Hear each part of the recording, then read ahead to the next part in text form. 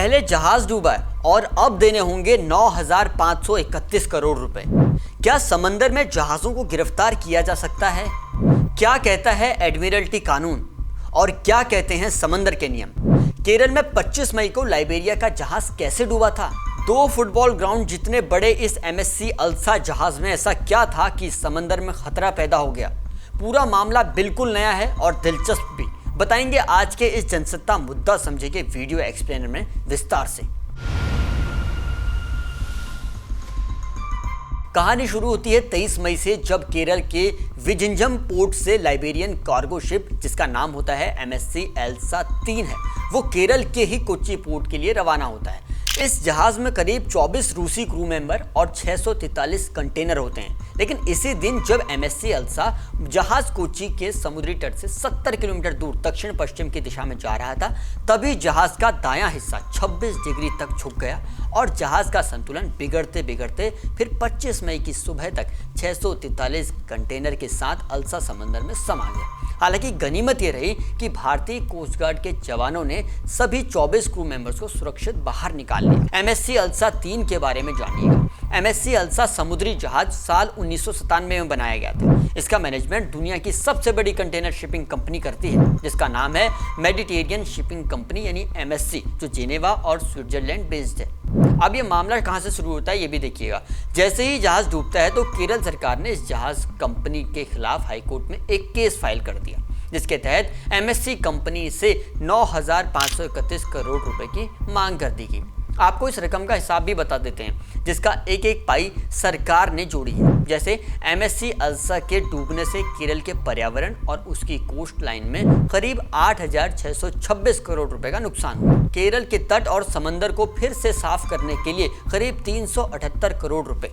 ये घटना जहां पर हुई उसके आसपास रहने वाले लोगों, मछुआरों को हुए नुकसान की भरपाई के लिए करीब 526 करोड़ रुपए की मांग की गई। सवाल ये भी है कि किस नियम के तहत ये मुकदमा किया गया, तो इसका जवाब ये है कि भारत में समुद्री विवाद के निपटारे के लिए 2017 में एडमिरल्टी एक्ट बनाया गया, जिसमें साफ साफ कहा गया कि जहाज़ों के नुकसान, उनके मालिकाना हक, जान माल का नुकसान और पर्यावरण को होने वाले नुकसान पर कोर्ट में मुकदमा किया जा सकता है।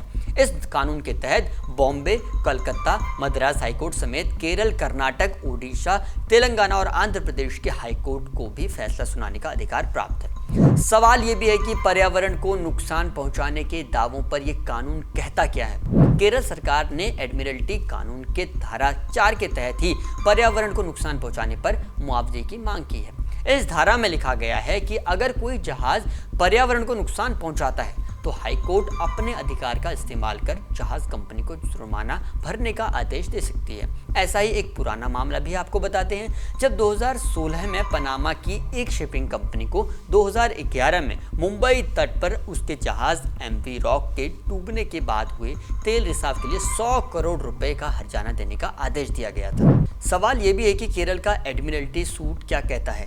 केरल सरकार ने जो केस किया, इस पर हाईकोर्ट ने भी केरल सरकार के समुद्री दावों पर जायजे में पाया कि MSC की डेटा 2 को तब तक जब्त रखने का आदेश दिया गया जब तक जहाज़ों के मालिक द्वारा 9,531 करोड़ रुपए जमा नहीं कर दिए जाते। आखिरी सवाल यह है कि MSC अल्सा में ऐसा क्या था कि समंदर में ही खतरा पैदा हो गया।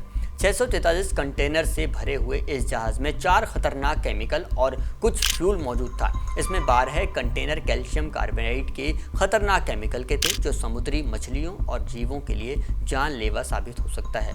शिप में करीब 84 metric ton marine gas oil, जो अगर समंदर में फैला तो ये कितनी जगह फैलेगा, समंदर में सूर्य की रोशनी को नहीं जाने देगा। ये पहली बार नहीं है कि इससे पहले भी दुनिया में 4 बड़े समुद्री हादसे हो चुके हैं, जिसमें लाखों जीवों की मौत हो चुकी है। जनसत्ता मुद्दा समझे पर अगला वीडियो किस विषय पर देखना चाहते हैं कमेंट में लिखिएगा। मेरा नाम है मनोज, जुड़े रहिए जनसत्ता के साथ। शुक्रिया।